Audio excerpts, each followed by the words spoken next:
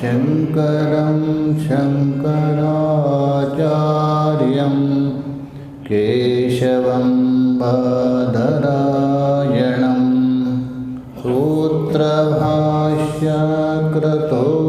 वन्दे भगवन्तौ पुनः पुनः।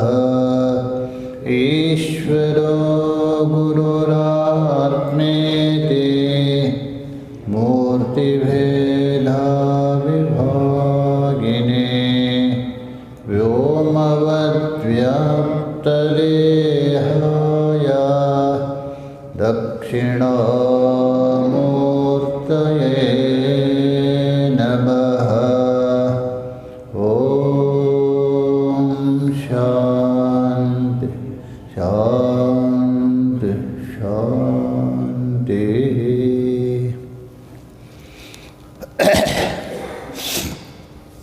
हम लोग अपरोक्षानुभूति को लेकर विचार कर रहे हैं। उसमें ही पहले ये साधन चतुष्टय प्राप्ति के साधन बता दिया। तत्पश्चात साधन चतुष्टय में जो मुख्य है वैराग्य, उसका निरूपण किया। उसके बाद एक एक निरूपण करते हुए षड संपत्ति का निरूपण किया। उसमें भी क्षमा, दमा, उपरति और तितिक्षा, यहाँ तक हम लोगों ने विचार किया। अभी दो है तो दो है अवशिष्ट षड संपत्ति में, उनका निरूपण करने जा रहे हैं। तो यहाँ टीका में कुछ है ही नहीं भूमिका, तो इसलिए जो इस श्लोक में श्रद्धा और समाधान, इन दोनों का निरूपण करेंगे। ये भी षड संपत्ति में पांचवी और छठवां साधन। तो श्लोक देख लीजिए।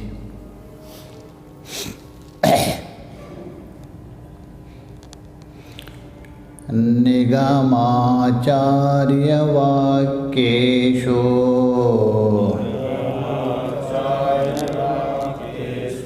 भक्ति श्रद्धेति विश्रुता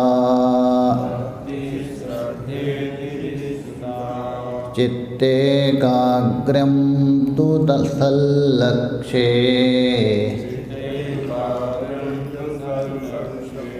साधनामिति स्मृतं समाधानामिति स्मृतं।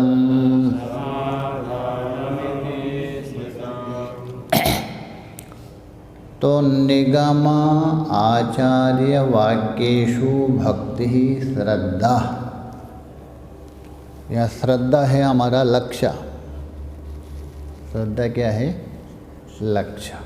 लक्षण हो गया निगम आचार्य वाक्येषु भक्ति, एक लक्ष्य होता है ना,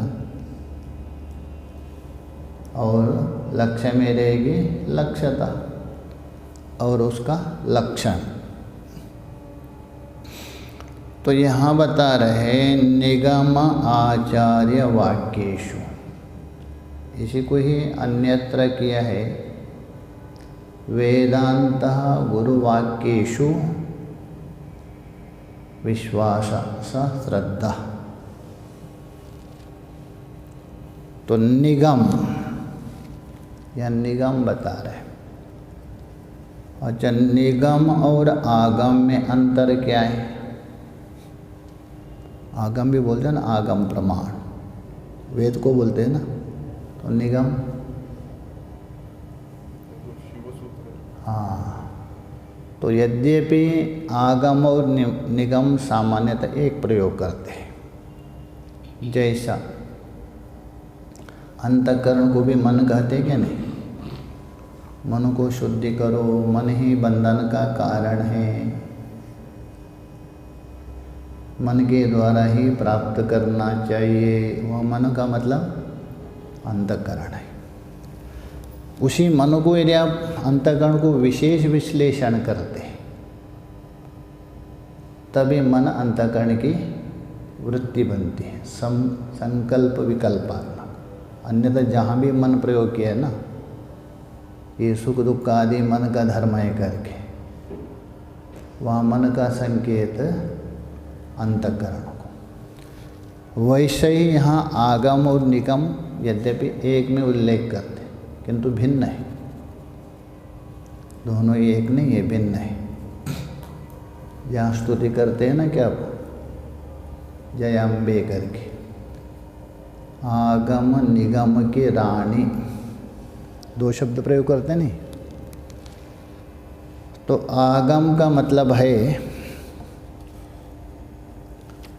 तो वहाँ लक्षण क्या है आगम ग्रंथ में, आगतम पंचवक्त्रात्तु गतंच गिरिजानने मतंच वासुदेवस्य तस्मादागम उच्यते। ये आगम का लक्षण क्या है। 3 अक्षर है ना आगम में, अ ग म। तो आ का मतलब आगतम, कहाँ से, पंचवक्त्रात्तो, आगतम पंचवक्त्रात्तो। ग बोल तो गतम, गिरिजानने। म का मतलब मतंच वासुदेवस्य, तस्माद आगम आगमम उच्यते, इसलिए आगम कहा दिया। मतलब भगवान के 5 मुख हैं ना, शिव जी के 5 मुख है ना, इसलिए पंचाक्षरी मंत्र बोलते हैं ना। ये पंच महाभूति उनके मुख भी मानते हैं। तो 5 मुख है, तो 5 मुख से आया है आगतम पंचवक्त्रा, 5 मुखों से निकला है भगवान शिव जी का। अलग अलग नाम नहीं है ना, सत्योजात वामदेव आदि, अघोर आदि वर्णन किया ना, अघोरा अघोरा करके। तो 5 मुखों से आया है, निकला है। और गतंच गिरिजानने, आनने उपलक्षिता श्रवण, कान में, पार्वती के कान में गया है। तो कहने का मतलब है पार्वती जो है ना, उसकी जो पूर्व जन्मता कौन, सती, सती, तभी वो पूर्णत्व को प्राप्त नहीं किया था, पूर्णत्व को नहीं किया, सहस्रार दल में प्रवेश नहीं किया था शिव के साथ। तो इसलिए शिव से बिछुड़ गई थी ना वो सती। तो इसलिए यहाँ जो उमा बन के जन्म लिया था पार्वती, तभी सारा आगम का उपदेश किया, योग आदि साधन भगवान ने, तभी जाके वहाँ अर्धनारीश्वर बन गए, वहाँ अर्धनारीश्वर हो गए। तो इसलिए गतंच गिरिजानने मतलब पार्वती को उपदेश किया है, पार्वती को सुनाया। पहले भैरव तंत्र से प्रारंभ किया था उन्होंने, एक एक करके सारा उपदेश किया है। मतंच वासुदेवस्य, भगवान वासुदेव का सम्मति भी है, मोहर लग गया। इसलिए तस्माद् आगमम उच्यते, इसलिए आगम कहा दिया। संक्षेप से यदि अर्थ करें तो नितराम गुरु परंपरा से जो अनादि से चल रहा है ये निगम है, वेद कहा दिया। और उसी वेद को शब्दांतर से भगवान शिव जी ने पार्वती को उपदेश किया, उसी का नाम है आगम। है वेद ही है, उसी वेद को शब्दांतर से पार्वती को उपदेश किया सरल बना करके, तभी उसका नाम पड़ा आगम ग्रंथ। आगम में बहुत है, 64 आगम मानते हैं।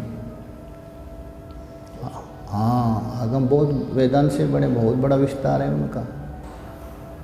तो उसमें आगम में भी शंकर जी का 5 मुख से है ना, आगतम पंचवक्तरा, तो 5 मुख से आया तो हम 5 आगम मानते मुख्य। एक तो वैष्णव आगम, वैष्णव आगम बोल दो विष्णु संबंधी को लेकर, विष्णु को लेकर। और दूसरा है सौरागम, वहाँ सूर्य को लेकर, हिरण्यगर्भादि को लेकर विचार के सौरागम। तीसरा है शाक्तागम, शाक्तागम ज़्यादा है प्रचलित, शक्ति को लेकर विचार किया, शक्ति तत्व क्या है करके। चौथा है गणपत आगम, गणेश को लेके विचार किया। 5वां है शैवागम, शिव को लेकर। ये जो 5 आगम में तीसरा हो गया कौन, शक्ति शाक्तागम। 5वां शैव, ये ज़्यादा प्रचलित है, ये 2 ज़्यादा प्रचलित। उसमें भी शैवागम बहुत ज़्यादा प्रचलित है। तो शैवागम भी 2 भाग में विभक्त हुआ है, काश्मीर शैवागम और दाक्षिणात्य शैवागम करके। उसमें जो काश्मीर शैवागम है वो बिल्कुल प्रबल माना जाता है। उसमें बड़े बड़े विद्वान हैं, सोमनाथ आनंद है, अभिनव गुप्ता आदि है, बड़े बड़े, शिव दृष्टि है, शिव सूत्र है, तंत्रालोक है, एक से एक धुरंधर। काश्मीर शैवागम वेदांत के इर्द गिर्द है वो भी। बस इतना है, उनका स्वतंत्रवाद है। वेदांत के अनिर्वचनीयवाद है ना, उनका स्वतंत्र, सारा जगत चैतन्यमय है, जड़ कोई है ही नहीं, हमारी दृष्टि है, सारा चैतन्य में मानते हैं। और वो जो कहते हैं इस शरीर में हमको ज्ञान नहीं हो सकता है, स्थूल सूक्ष्म कारण शरीर मानते हैं ना हम लोग, इसमें नहीं होगा। इससे और 2 शरीर मानते, चिन्मय शरीर और वैंधव शरीर। आपका शरीर चिन्मय हो अथवा वैंधव हो तो बिंदु आत्मा के स्वरूप में सूक्ष्म, तभी ज्ञान होता है शिव का, ऐसा वो मानते। प्रक्रिया में विचार में वेदांत से आगे गए, वो वेदांत से भी आगे है प्रक्रिया में, वो अन्य बात है। तो ये है 5 मुख से आया है, 5 आगम हो गया। उसमें भी तीसरा और 5वां है ना, शाक्तागम, ये प्रधान है। उसमें भी शैवागम और वे प्रधान है। शिव का भी भेद किया उन्होंने अलग अलग, परम शिव है, सदाशिव है, शिव है, ईश्वर भेद किया है, उसको लेके भेद किया, बहुत विचार किया शिव दृष्टि आदि। तो शैवागम भी 2 हो गया, काश्मीर और दाक्षिणात्य। तो दाक्षिणात्य में भी वहाँ 2 भाग हैं, एक तमिलनाडु का और लिंगायतों का, वो अष्टावरण पूजा आदि मानते, भेद इस प्रकार। और उसमें एक शिव और शक्ति सम्मिलित है, दोनों मिलकर, उसको बोलते यमलक बोलते हैं, यमलक। रुद्र यामलक उसको बोलते हैं। यामलक मतलब शिव और शक्ति उभयात्मक निर्देश है, उसको यामलक बोलते हैं। रुद्र यामलक, अमुक यामलक बोलते हैं। तो इसलिए यहाँ बता रहे हैं, यहाँ आगम शब्द प्रयोग नहीं कर रहे, निगम प्रयोग कर रहे हैं भगवान भाष्यकार। भगवान भाष्यकार जी भी बहुत बड़े आगमज्ञ थे, ऐसा नहीं। प्रपंच सार है उनका ग्रंथ, उसके ऊपर पद्मपादाचार्य की टीका है, प्रपंच सार के ऊपर। सौंदर्य लहरी है, उसके ऊपर आनंद गिरी की भी टीका है। ये दो शंकराचार्य ग्रंथ आगम का। गौड़पादाचार्य को तो है सुबोधोदय, काशिकानंद ने उसके ऊपर लिखी टीका आगम का। तो इसीलिए ये जो आगतम पंचवक्त्रात्तु गतंचा गिरिजानने मतंचा वासुदेवस्य तस्माद् आगमम उच्यते, आगम कहा दिया है 5। और निगम का मतलब निरंतर अविच्छिन्न धारा रूप से गुरु शिष्य परंपरा जो चलते आ रहे, वो निगम कहते हैं, उसी का नाम है वेद, उसको कह दिया वेद। इसलिए बोले निगम शब्द प्रयोग कर रहे, आगम नहीं कर रहे। तो निगम और आचार्य वाक्येषु, केवल निगम में भी नहीं, वेद के प्रति श्रद्धा तो किया है, गुरु को छोड़ दिया तभी भी नहीं। भगवान में श्रद्धा तो किया अपने, गुरु को माना ही नहीं। जैसा वहाँ महाराष्ट्र में संत नहीं हुए थे कौन, नामदेव जी, वैसा हो जाएंगे। पता ना, वो कच्चा गढ़ाई करके भगवान से बात भी करते थे, भोजन भी करवाते, सब कुछ कर रहे थे, किंतु कच्चा थे। इसलिए दोनों प्रयोग कर रहे हैं। यदि कहे आचार्य वाक्य में अपने विश्वास किया तभी भी नहीं चलेगा। आचार्य अपना मर्जी से बोलेंगे तो काम नहीं चलेगा। भाष्यकार ने स्पष्ट किया, उन्मत्त प्रलाप, असंप्रदाय वित्त है ना, उसको उपेक्षणीय। कितना भी बड़ा आचार्य क्यों ना हो, कितना बड़ा भी विद्वान क्यों ना हो, संप्रदाय से यदि विरुद्ध है उसको उपेक्षा करना चाहिए। इसलिए दोनों विशेषण दे रहे हैं। तो निगम आचार्य वाक्य मतलब वेद के अनुसार, वेद का अनुकरण करते हुए वो जो आचार्य बता रहे उस वाक्य में, इसलिए दोनों लेना। भक्ति ही, उसके प्रति भक्ति, उसी का नाम है श्रद्धा। भक्ति का भी परिभाषा अलग अलग किया है। भक्ति जो बोलते हैं ना, उसकी भी परिभाषा अलग है। केवल माला जपना मात्र भक्ति नहीं, अनन्या भक्तिया, गीता में नहीं, अनन्य भक्ति के द्वारा परमात्मा प्राप्त होता है। इसलिए भक्ति का अर्थ भी अलग है। विवेक चूड़ामणि देखे, स्वरूपाम संदानमेव भक्ति, उस भक्ति का भी व्याख्यान अलग किया है लक्ष्मीधर ने। एक लक्ष्मीधर हो गए सौंदर्य लहर के ऊपर, ठीक है, बहुत बड़े विद्वान। भक्ति कोई अलग नहीं है, प्रेम है, प्रेम का नाम ही भक्ति है। प्रेम कौन है? आत्मा है। पुत्र अर्विता सर्वस्मात् प्रिय, आत्मा परम प्रेमास्पद, पंचदशी में पहले उठाए। तो प्रेम है, आत्मा को माना जाता है। आत्मनस्तु कामाय सर्वम प्रियम भवति, बृहदारण्यक में भी बता रहे। इसलिए प्रेम है, व्यापक है आपका, वो प्रेम अलग अलग दिशा में जा रहा है आपका। तो अलग अलग दिशा में जाने से उसका नाम भी अलग अलग पड़ता है। जैसा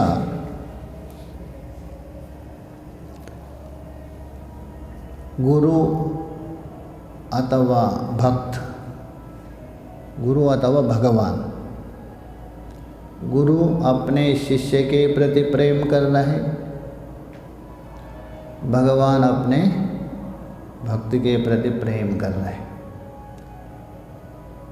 और इस प्रेम का नाम है अनुग्रह। उस प्रेम का नाम पड़ा अनुग्रह। प्रेम तो कर रहे हैं, इसको भक्ति नहीं कह सकते। बोलते ना गुरु की अनुग्रह हो रही, भगवान की अनुग्रह है, बोलते क्या नहीं, इसका नाम है अनुग्रह। भगवान भक्ति के प्रति प्रेम कर रहे हैं या गुरु अपने शिष्य अनुग्रह कहते। अभी यदि शिष्य गुरु के प्रति प्रेम कर रहे हैं,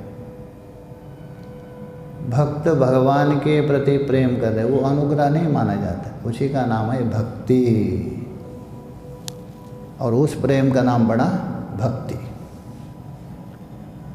माता पिता अपना पुत्र और पुत्री में प्रेम कर रहे हैं, वो अनुग्रह भी नहीं भक्ति भी नहीं, इसी का नाम है वात्सल्य। प्रेम तो कर रहे हैं किंतु भक्ति नहीं कह सकते, ना अनुग्रह नहीं, उसी का नाम है वात्सल्य। उसको वात्सल्य कहते। और आजकल होता है ना, ये उनसे प्रेम कर रहे शरीर को लेके, प्रेम नहीं, उसका नाम मोह। इसलिए प्रेम भी अलग अलग भाग में विभक्त होगा। कभी अनुग्रह रूप से सामने दिखेगा, कभी वात्सल्य रूप से दिखेगा, कभी भक्ति रूप से, कभी मोह रूप से, ये भेद है। इसलिए हम बता रहे ये भक्ति का मतलब एक प्रकार से अंतःकरण में सत्वगुण उत्पन्न होने के पश्चात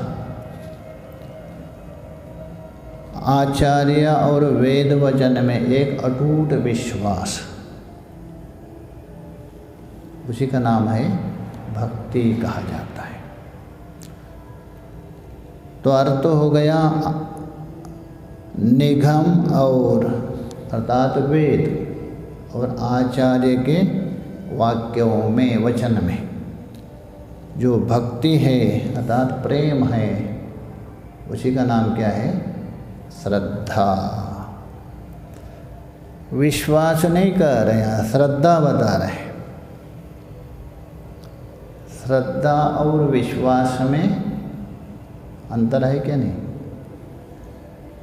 लोक में सामान्यतः एक ही प्रयोग करते हैं, किंतु श्रद्धा और विश्वास में है हो क्या अंतर है? श्रद्धा होने से विश्वास होता है, विश्वास होने से श्रद्धा होती है, तो ये अंतर थोड़ा है। विश्वास के बिना श्रद्धा भी नहीं होती, श्रद्धा के बिना विश्वास भी नहीं होता। किंतु विश्वास आप किसी से भी कर सकते, श्रद्धा किसी से नहीं कर सकते। अच्छा, बैंक में जाते आप पैसे जमा करने के, लंबी लाइन है, बैंक वाले से झगड़ा भी हो गया, जमा करने के बाद उसको मुहर मान के सिग्नेचर मार के देते आपको, क्या बोलते, विश्वास है क्या नहीं? 1 साल के बाद 2 साल के बाद पैसा मुझे मिलेगा करेंगे, विश्वास तो है उनसे, किंतु श्रद्धा नहीं, गाली दे के आ गया उसको। विश्वास नहीं, विश्वास है, श्रद्धा नहीं। किंतु किसी मंदिर में गया, तिरुपति हो अथवा अन्य के, 2-2 घंटे आप लाइन खड़े हो रहे, दर्शन करके आ गए, बोलते 2-3 घंटे लाइन तो रही, किंतु बहुत बढ़िया दर्शन हो गया। गाली नहीं देते, वहाँ प्रसन्नता है आपकी। इतना समय बीत गया, भूखे भी है तो भी प्रसन्नता है, ये श्रद्धा। अथवा गुरु जी के पास गए, गुरु जी का दरवाज़ा बंद है, ध्यान में है, 2-4 घंटे आप बाहर ही बैठ रहे भूखे, बाद में दर्शन हो गया, गाली देते क्या नहीं? प्रसन्न होते, कम से कम दर्शन तो आज हो गया गुरु जी का, किसी को दर्शन नहीं देते, अब दर्शन हो गया, इसको बोलते हैं श्रद्धा। विश्वास किसी से भी कर सकते, रसोइया से भी विश्वास करना पड़ेगा, नहीं तो भोजन ही नहीं करेंगे, नीचे डाला है करके। गाड़ी में बैठते ड्राइवर से विश्वास करना पड़ता है, नहीं तो कहाँ नीचे डालेंगे। डॉक्टर के पास जाते वहाँ भी विश्वास करना पड़ता है, नहीं तो सुई दिया कुछ गलत हो गए करके। तो विश्वास कहाँ भी कर सकते, श्रद्धा अलग है, इसलिए अश्रद्धा बता दिया। इसलिए गीता में भी कहा ना, श्रद्धावान लभते ज्ञानम। नहीं, श्रद्धा से तो ज्ञान प्राप्त नहीं होता है, इसलिए भगवान को उल्टा करना पड़ेगा। सत्वा संजयते ज्ञानम। अरे श्रद्धा तो आपकी 3 प्रकार की है ना। त्रिविधा भवति श्रद्धा देहिनां सा स्वभावजा। 17वें अध्याय में बताया था ना 3 प्रकार की श्रद्धा, इसलिए श्रद्धा से ज्ञान नहीं होता है। 3 प्रकार की श्रद्धा बताया ना वहाँ 14वें अध्याय में। तो देवताओं को यजन करते हैं, सात्विक है, और राक्षस आदियों को जो राजसिक है, भूता प्रीता को यजन करने वाले तामसिक। श्रद्धा नहीं क्या? श्रद्धामयोऽयं पुरुषः। ये जो पुरुष है श्रद्धा वाला है। किसके पास श्रद्धा नहीं रहता? सभी के पास है। संसार में है ना, सभी के पास श्रद्धा है। नहीं, श्रद्धा है तभी, हाँ वो अलग है। फिल्म एक्टर के प्रति इतनी श्रद्धा है। बहुत साल 2-4 साल हो गए, काशी में एक बार आए थे अमिताभ बच्चन, वो मंगल आरती के लिए। सुबह सुबह है ना, वहाँ टिकट कटना पड़ता है। उस दिन इतनी भीड़ है काशी में, इतनी भीड़, मंदिर में टिकट नहीं, बाहर रोड में भी भीड़। क्योंकि भगवान का दर्शन करने के लिए नहीं, उनका दर्शन करने के लिए। वो जा रहे भगवान का दर्शन करने के लिए और लोग जा रहे उनका। श्रद्धा नहीं, ये तामसिक श्रद्धा है। राजनेता का मंदिर बना रहे, पूजा कर रहे, श्रद्धा नहीं। फूल चढ़ा रहे, आरती कर रहे, ये राजसिक श्रद्धा है। गुरु है भगवान की जो पूजा कर रहे, ये सात्विक श्रद्धा है। इसलिए भगवान को कहा दिया सत्वा संजायते, ये दोनों को जोड़ दीजिए। श्रद्धावान लभते ज्ञानम, सत्वा संजायते, दोनों जोड़ दीजिए। सात्विक श्रद्धा से ज्ञान होता है।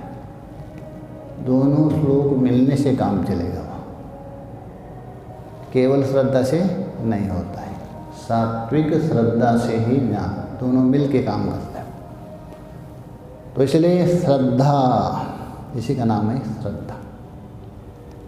इति विस्तृतः, इति ही विस्तृतः। विस्तृत बोल तो शास्त्र के विभिन्न स्थलों में प्रसिद्ध है। विशेषेण श्रुतः।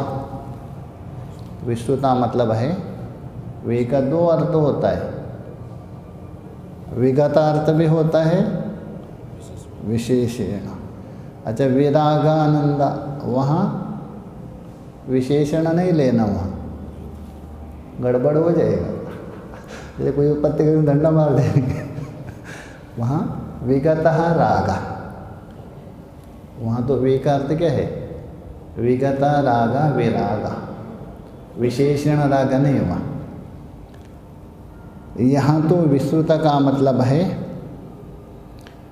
विविध रूपेण। श्रुतः, विविध बोल तो भिन्न भिन्न रूप से सुना है। कहाँ? श्रुतियों में, शास्त्र में सुना है। एक जगह में नहीं, बहुत जगह, इसलिए विस्तृता प्रयोग कर रहे हैं। विस्तृत का मतलब है विशेषेण विभिन्न भिन्न भिन्न रूपेण श्रुतः, ऐसा सुना है। किसके विषय में? श्रद्धा के विषय में ये सुना जाता है। उसके बाद समाधान बता रहे हैं। चित्त ऐकाग्र्यं तु सल्लक्ष्ये समाधानम् इति स्मृतम्। सल्लक्ष्ये विशेषण दिया यहाँ भी, केवल लक्ष्य नहीं, यद्यपि लक्ष्य तो वही होता है, बाकी तो अलक्ष्य को हम लोगों ने लक्ष्य मान लिया। किंतु संसार में किसी किसी का लक्ष्य होता है ना गोल, उसको व्यावृत करने के लिए देखा है सल्लक्ष्य। सत का मतलब ओम तत्सदिति निर्देश, अथवा सदैव सौम्या इदमग्रे आसीत्। ये सत का मतलब परमात्मा। सत शब्द केवल परमात्मा में ही सार्थक है, अन्य में नहीं। अन्य में सार्थकता नहीं होना, क्योंकि त्रिकालावाद्यत्वम अवस्थत्रय अबाध्यत्वम व सत्यत्वम नित्यत्वम। सत्य और नित्य की परिभाषा है तीनों कालों में जिसका अभाव ना हो, तीनों कालों में जिसका बाद ना हो, उसको क्या कहते हैं? सत्य कहते हैं। अथवा अवस्थत्रय, तीनों अवस्था में जिसका बाद ना हो। देखिए जागृत है,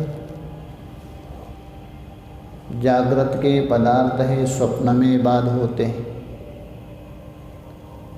स्वप्नीय पदार्थ है, जागृत में बाद होते हैं। और जागृत और स्वप्न दोनों सुषुप्ति में बाद होते हैं। सुषुप्ति का बाद जागृत में होता है। इसलिए क्या है, ये व्यभिचार है। किंतु जागृत का दृष्टा, स्वप्न का प्रकाशक, सुषुप्ति का असंगत्व कभी बाद होता है क्या? उसका कभी बाद नहीं होता है। जागृत को जो देख रहे हैं, स्वप्न को भी देख रहे, सुषुप्ति का भी अनुभव कर रहे, उसका कभी बाद नहीं होता है। इसलिए वहाँ भगवान भाष्यकार जी को कहना पड़ा मनीष पंचकामी। जाग्रत स्वप्न सुषुप्तिषु स्फुटतरा या संविद उज्जृंभते।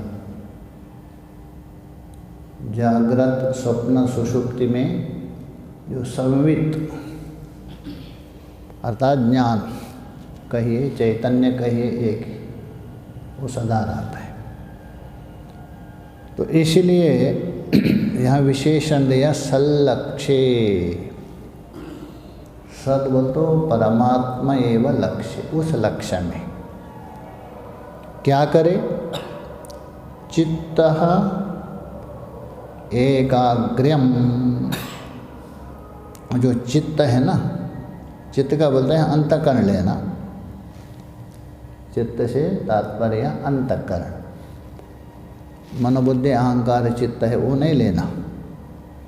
उस चित्त की एकाग्रता। तो एकाग्र बोल तो एक एवं अग्रह, एक ही अग्र है लक्ष्य जिसका, एकाग्र कहते। और यहाँ अनेकाग्र, अनेक मतलब कौन है? दृश्य पदार्थ। तो अनेक है, अग्र है, उसमें विषय है, अनेकाग्र बोलते। एक तो परमात्मा है और अनेक है माया और माया का कार्य है। तो इसलिए बोल रहे हैं एकाग्र। एकाग्र बोल तो एक ही लक्ष्य है, एक ही क्या है? दृष्टि है, उसको बोल तो एकाग्र। वहाँ चित्त का एकाग्र। तो सल्लक्ष्ये चित्त एकाग्र्यम, अर्थात चित्त का वहाँ कॉन्सेंट्रेशन करना, अथवा चित्त की वहाँ सजातीय वृत्ति। चित्त में दो वृत्ति चलती है ना, एक विजातीय वृत्ति अधिक होती है,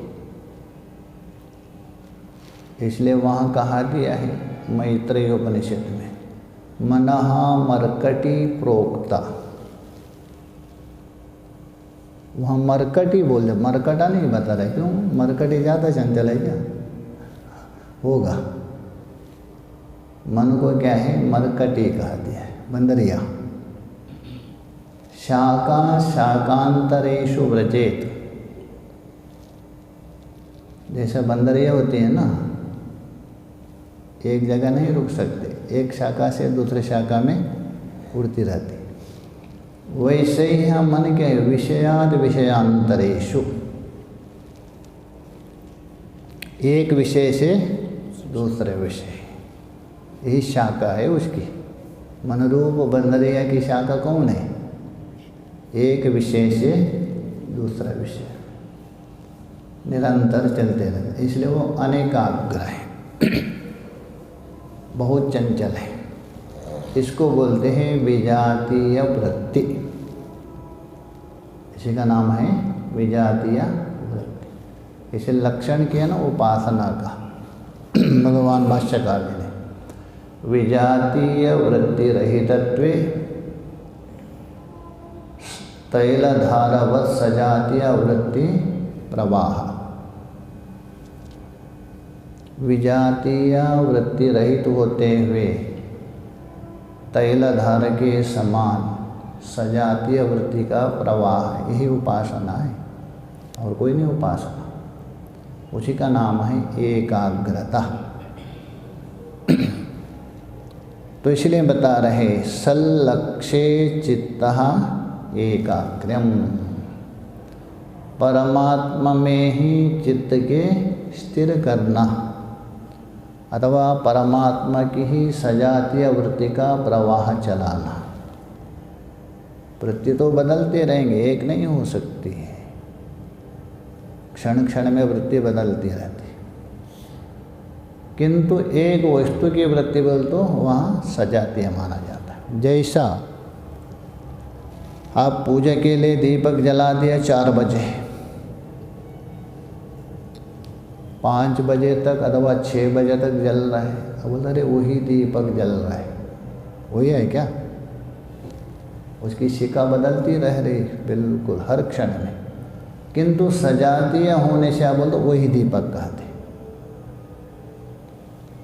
अथवा गंगा जी में जाते स्नान करते, अरे 1 महीने से पहले यही में नहाया था, अरे 1 महीना नहाया तो गंगा जल कहाँ पहुँच गया पता नहीं, बोलते बोलते इसी धारा में मैंने स्नान किया था। ये सजातीय है। तो वैसे ही निरंतर जो सजातीय वृत्ति है चित्त की, उसी को बोलते एकाग्रता, इसी का नाम है एकाग्रता। वो किस में? सत में। ये बोलो सल्लक्ष्ये चित्त एकाग्रम तू, तू बोलते हैं पुनार्थ में, छांदोग्य में ना सदैव सौम्य इदमग्रे आशीत, छांदोग्य में बता दो उस श्रुति को द्योतक करने के। समाधानम, इसी का नाम है समाधानम। समाधान बोल तो लोक में जो समस्या थी वो समाधान नहीं लेना है, समपूर्वक आंग पूर्वक धा धातु को लुट प्रत्यय के, समपूर्वक आंग पूर्वक 2 उपसर्ग है, धा धातु को लुट प्रत्यय किया। सम्यक आधानम अथवा सम्यक आसमंता धारणम, अच्छे प्रकार से चारों तरफ से एक ही वस्तु में मन को धारण करना, स्थिर करना, इसी का नाम है समाधान। ना तो वो समाधान नहीं लेना। तो अच्छे प्रकार से चारों तरफ से एक ही वस्तु में धारण कौन है? परमात्मा में। तो परमात्मा में मन लगाना ही समाधान है। जगत में जो विषय में जो मन लगाना वो कभी समाधान नहीं, असमाधान है, उसमें समाधान नहीं मिलता। यही समाधान हो गया। अथवा उसको दूसरे शब्द से देखा तो समाधि कही, समाधि भी कह सकते। टीका में देखिए,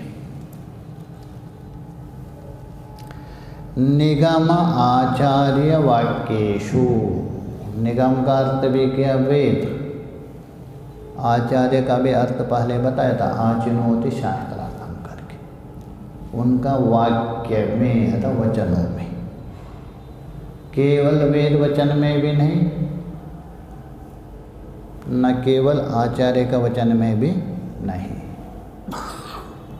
किंतु वेद के अनुसार आचार्य के वचन।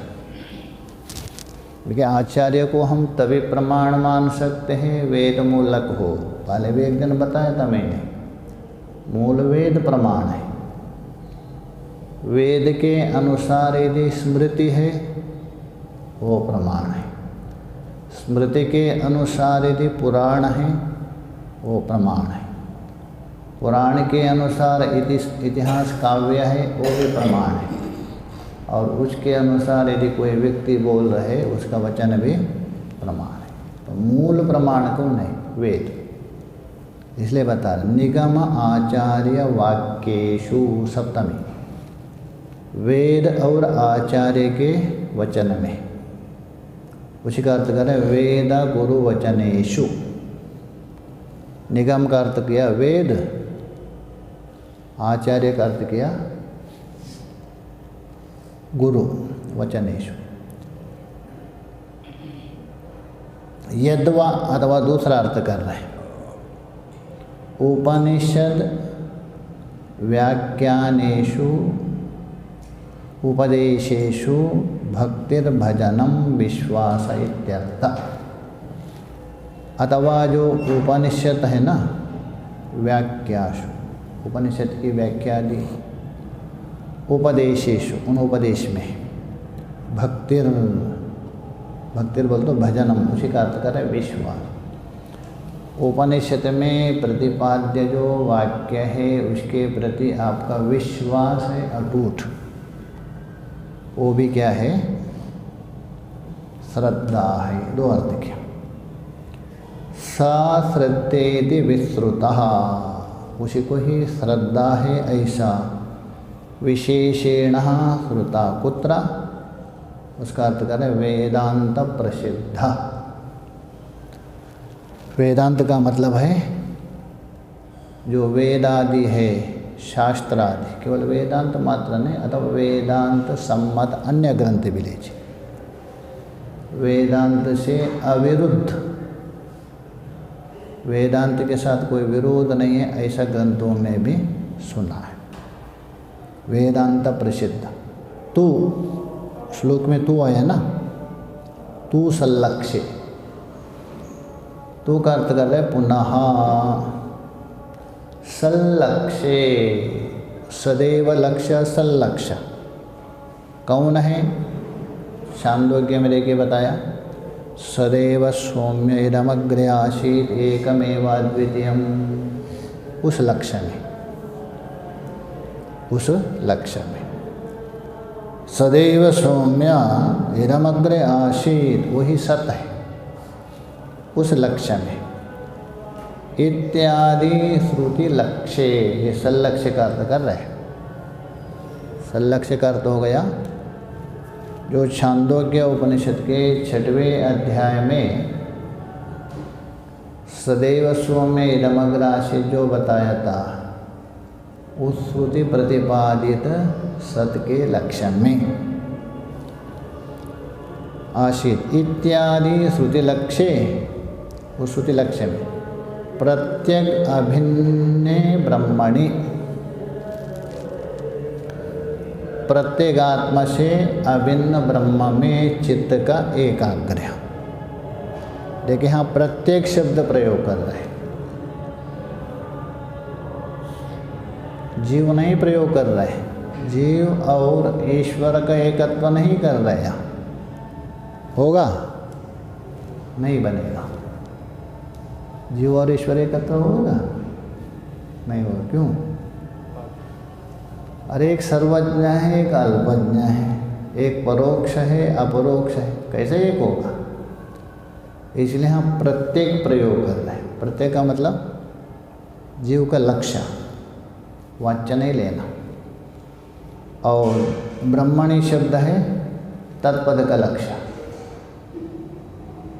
इसलिए हम प्रयोग कर रहे। देखिए, प्रत्येक अभिन्न ईश्वर नहीं, प्रत्येक अभिन्न ब्रह्मणी।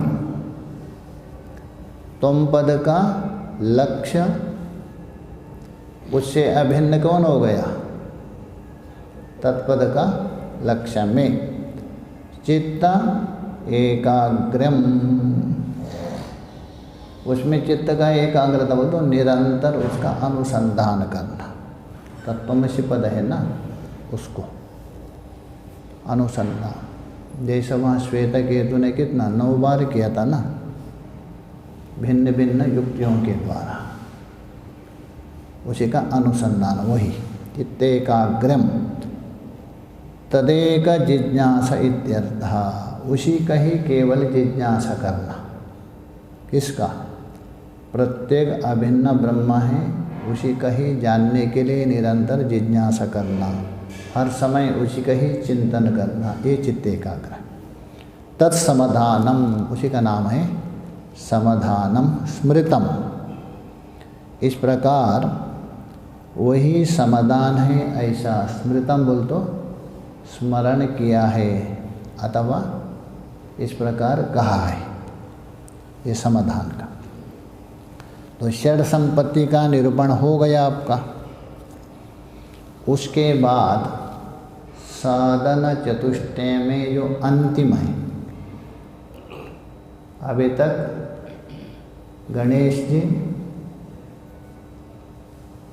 और नंदीश्वर, कार्तिक भगवान, गिरिजा कहाँ हो गया? इनका विचार हो गया। अभी मुमुक्षा है ना, वो गिरिजा है, आया ना उसमें केन उपनिषद में, उमाम हैमावतीम, केन उपनिषद में नहीं आया?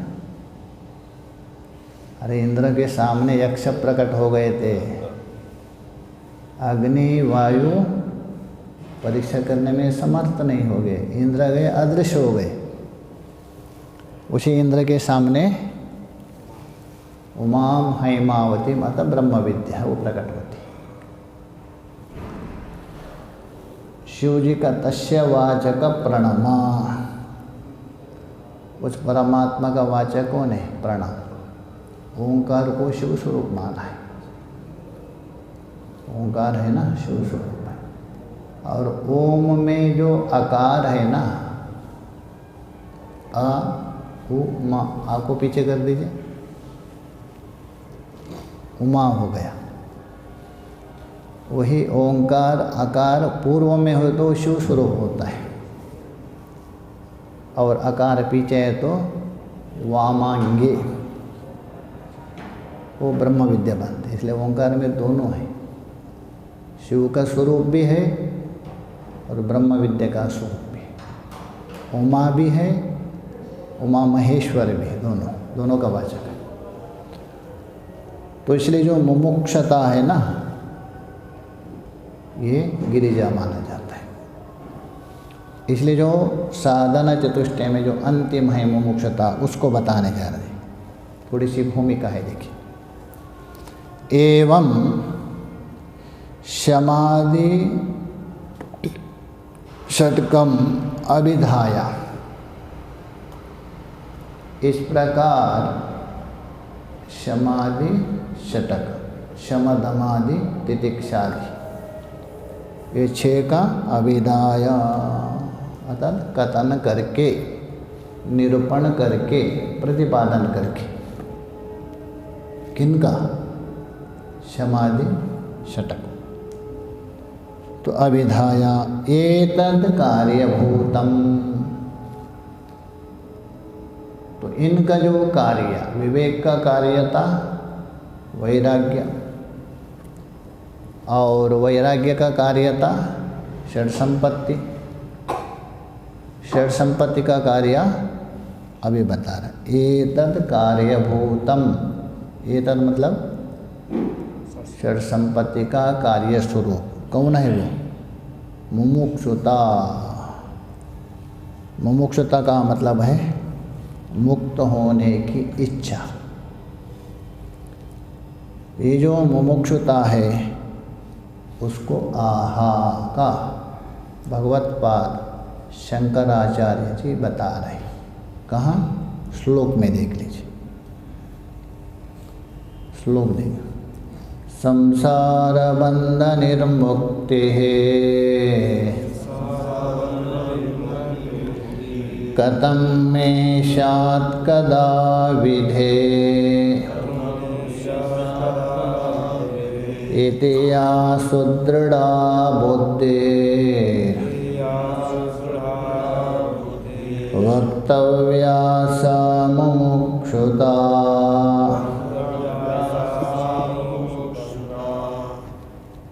संसार बंध निर्मुक्ति, संसार बंध निर्मुक्ति कदा कथं स्यात्। ये जो संसार है दुःखमय संसार, संसार को बोलते ना अशुभात् मुच्यते, ये दुख स्वरूप है। पीछे बताया था अविद्या का 4 स्वरूप है। दुःखमय संसार में सुखत्व बुद्धि। ये संसार कैसा है? आपात रमणीय। भगवान भाष्यकार जी ने प्रयोग किया आपात रमणीय। तो आपात रमणीय का मतलब है बिना विचार से, बोलते ना ऊपर ऊपर। आप क्या ऊपर ऊपर बोल रहे हो क्या? ऊपर ऊपर मतलब ऊपर जाके बोल रहा, बिना विचार से। तो आपात रमणीय बोलते हो आपात दृष्टि एक होती, एक विचार दृष्टि, 2 दृष्टि होती है। एक आपात दृष्टि होती है, उसका विषय है आपात रमणीय, और विचार के द्वारा होने वाली है तो विचार रमणीय माना जाता है। ये संसार है आपात रमणीय है, ऊपर ऊपर। उसके लिए दृष्टांत दिया उदुम्बर फलवत। भाष्यकार जी ने दृष्टांत दिया है उसमें उदुम्बर फलवत। उदुम्बर जानते हैं ना? गुलार, गुलार होते हैं ना। अब जो सन्यास लेंगे ना, पहले दंड नहीं लेते, एक के लिए उदुम्बर का देते हैं, क्षत्रिय के लिए पलास और अन्य के लिए अलग। पलास है हाँ, बिल्व नहीं, बेल का भी, बेल का, पलास का, उदुम्बर का 3 का देते। पलास तो ब्राह्मण आदि के लिए। तो दत्तात्रेय जिसके नीचे निवास करते थे ना,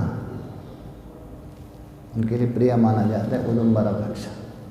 उदुम्बर वृक्ष निवास, ऐसा मानते।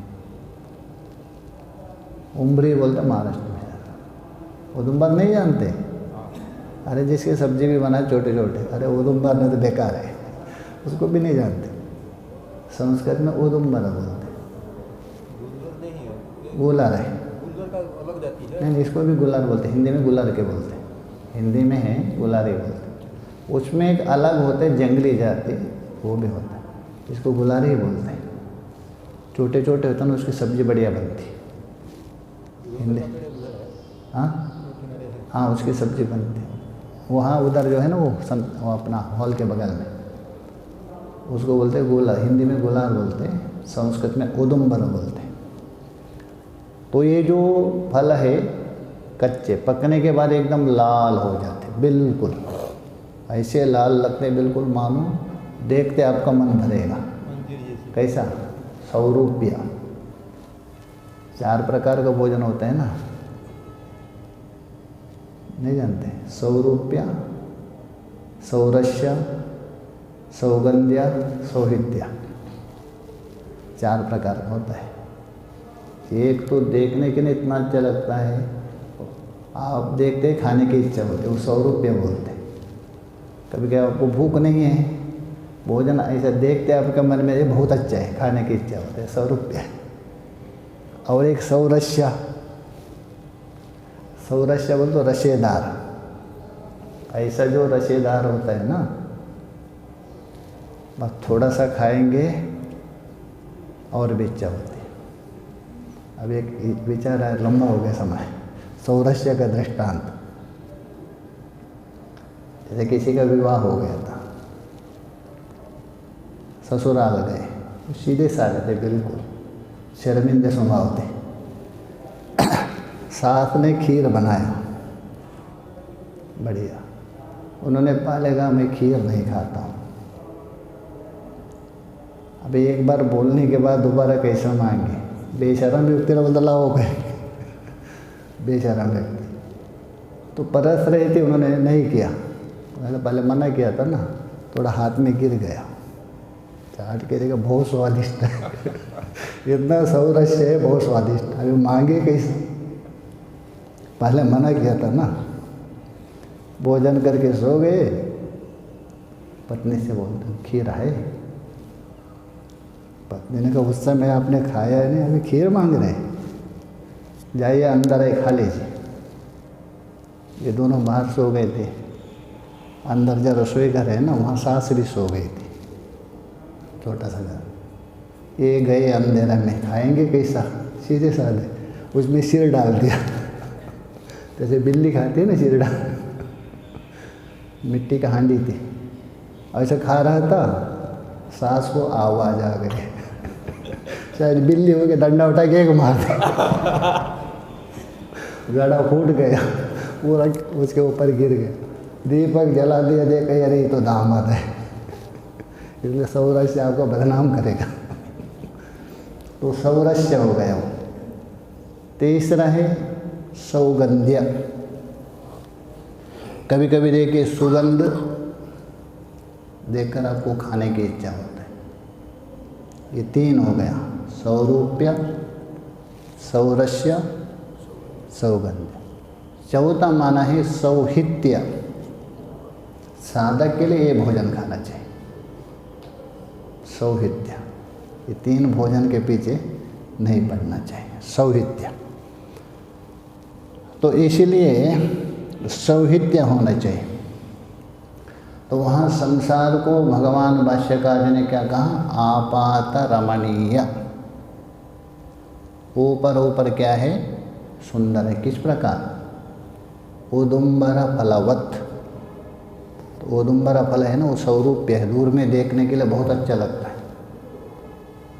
जैसे कोई भूखा व्यक्ति गया, सोचा ये फल खाए तो मेरी भूख निवृत्त, फल तो तोड़ा, वहाँ तक ठीक है, दबा दिया, पुस कीड़े उड़ जाते उस पर। देख लीजिए कभी, पके हुए जो उदुम्बर होते हैं ना, बाहर से बहुत अच्छा लगेगा, थोड़ा तोड़ के ऐसा कर दीजिए, सुर्र कीड़े उड़ जाते। ये आपात रमणीय कहा दिया संसार।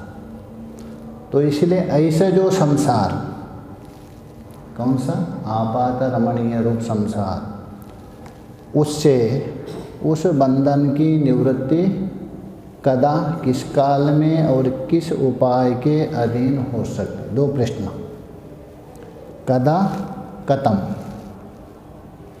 किस काल में और किस उपाय के अधीन हो सकती है, ये बता रहे। संसार बंध निर्मुक्ति कतम में शात कदहा, विदे है संबोधन है, हे विदे, हे परमात्मन, हे परमात्मन, हे भगवन, ये जो दुखमय संसार है, आपात रमणीय संसार है, इस बंधन में मैं जकड़ा हूँ।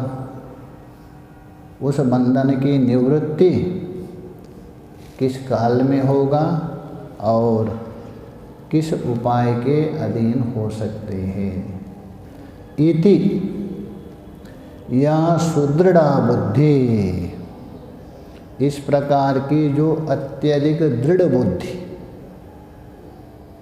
सुदृढ़ विशेषण दे रहे हैं, सामान्य बुद्धि नहीं। ये बुद्धि सभी की होती है। जहाँ ठोकर खाएंगे ना व्यक्ति, दुख आता है, अरे परमात्मन, ये संसार में मैं कब तक जीवित रहे, वो सब बोलते। ऐसा नहीं, इसने विशेषण दिया सुदृढ़ बुद्धि, विचार पूर्वक। एक तो दुख के द्वारा आती है बुद्धि, वो नहीं, यही विचार पूर्वक, वो सुदृढ़ बुद्धि बोलते। ऐसी जो सुदृढ़ बुद्धि है, सा मुमुक्षुतः, सा मुमुक्षुता व्याख्याता। इस बुद्धि का नाम मुमुक्षुता ऐसा व्याख्याता बोलते तो व्याख्या किया अथवा मुमुक्षुता कहने योग्य है, इसी का नाम मुमुक्षुता। भगवान भाष्यकार जी ने वो मुमुक्षुता का भी भेद किया 4 प्रकार का अन्यत्र। तीव्रा मध्यमा मंदा अधिमंदा भेदा चतुर्विधा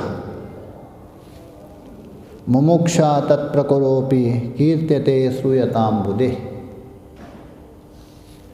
एक तीव्र मुमुक्षुता, दूसरी मध्यम मुमुक्षुता,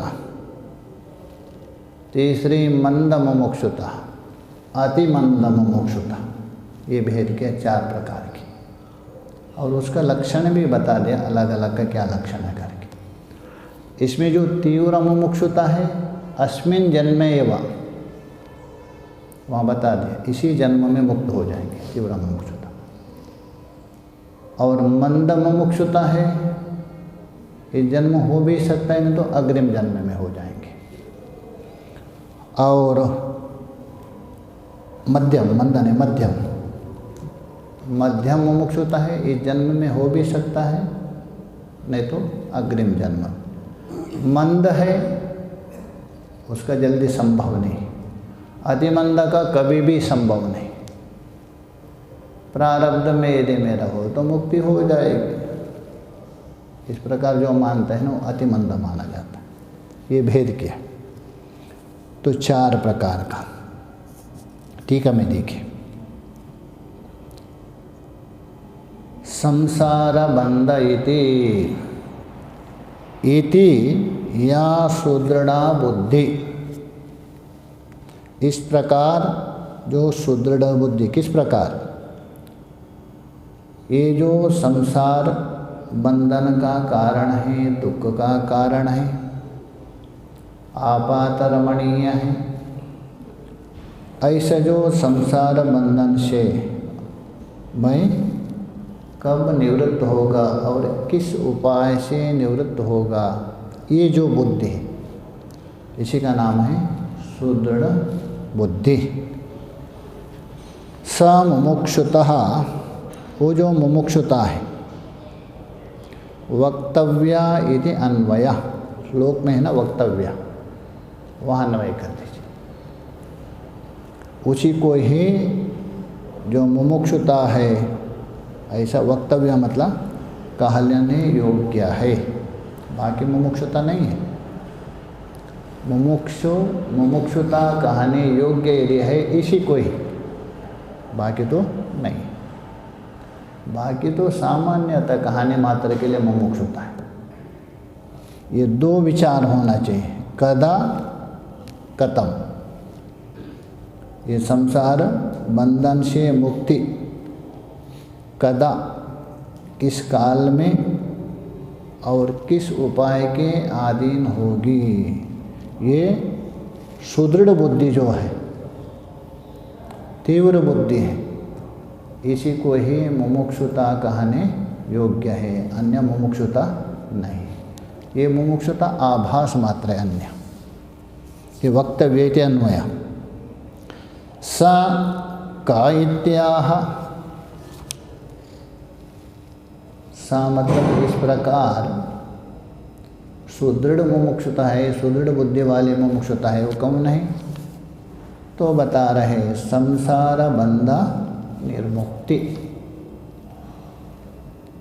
जो दुखमया संसार है ये बंधन की निवृत्ति। संसार ने बांध दिए है ना, बांधा है? हाँ, अरे संसार ने नहीं बांधा है, जड़ कैसा बांधेंगे? बोलते ना संसार ने मुझे पकड़ा है, जकड़ा है। अरे संसार कहाँ पकड़ेगी? जड़ पकड़ेगा क्या?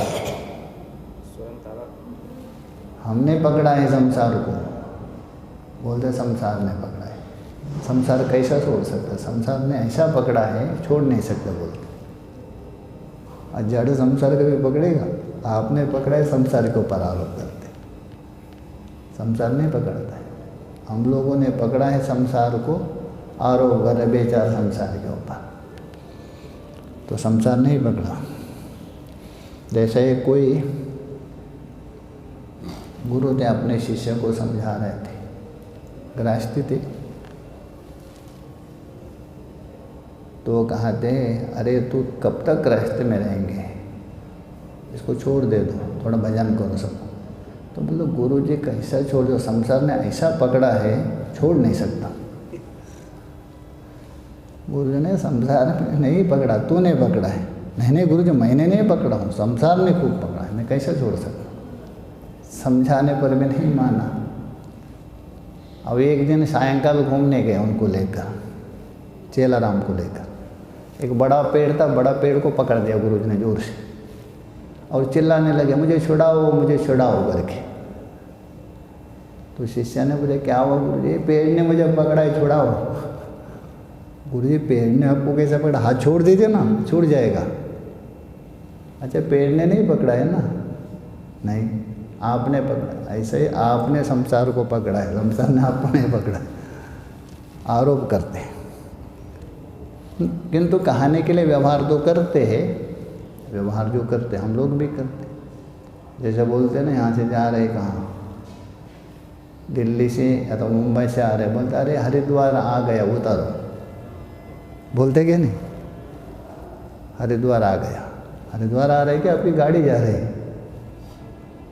बोलते हर एक व्यक्ति हरिद्वार आ गया, हरिद्वार आ गया उतारो। ऐसे ही वही बता रहे कौन, संसार बंधा निर्मुक्ति। ये बंधन रूप संसार है, आपात रमणीय है, इसके मुक्ति होने की जो दृढ़ बुद्धि, यही मुमुक्षुता है। भो विदे मद्देवा संबोधन है, हे मेरे भगवान, हे मेरे आराध्या, मैं इससे किस समय और किस विधि से, किस साधन से मुक्त हो सकते। यद्वा सर्वकर्ता विधाता ब्रह्मन, दो अर्थ कर हे विदे का। एक तो अर्थ क्या, मद्दैव मेरा देवता, अतः मेरा आराध्य। अथवा दूसरा अर्थ कर रहे, विदे का अर्थ कर रहे सर्व कर्ता विधाता ब्रह्मन, संपूर्ण जगत का जो कर्ता है धर्ता है ब्रह्म। विदे का मतलब हे ब्रह्मन। कैसा ब्रह्मन है, संपूर्ण जगत का कर्ता विधाता आदि है, हे ब्रह्मन। मैं का अर्थ कर रहे ममा, संसार बंध निर्मुक्तिर, उसी का अर्थ करें नाना योनि संबंध निवृत्ति। ये जो 84 लाख योनि में अलग अलग रूप से भटक रही संसार है, इसलिए संसार बंध निर्मुक्ति का अर्थ कर रहे नाना योनि संसार निवृत्ति। नाना मतलब जो 84 लाख, उसमें जड़ और चेतन भेद कर देंगे, दो ही है, जड़ योनि चेतन योनि। चेतन भी 4 प्रकार के हैं, बाकी सब अवशिष्ट जड़ हो जाएगी। उद्विजा, स्वेदज, अंडज, जरायुज, ये चेतन योनि। उद्विज भी चेतन है, प्राण है ना उसमें, छांदोग्य में बता दिया। तो ये 4 है चेतन योनि, बाकी सब जड़ योनि। अवशिष्ट पत्थर आदि जितने भी हैं योनि माना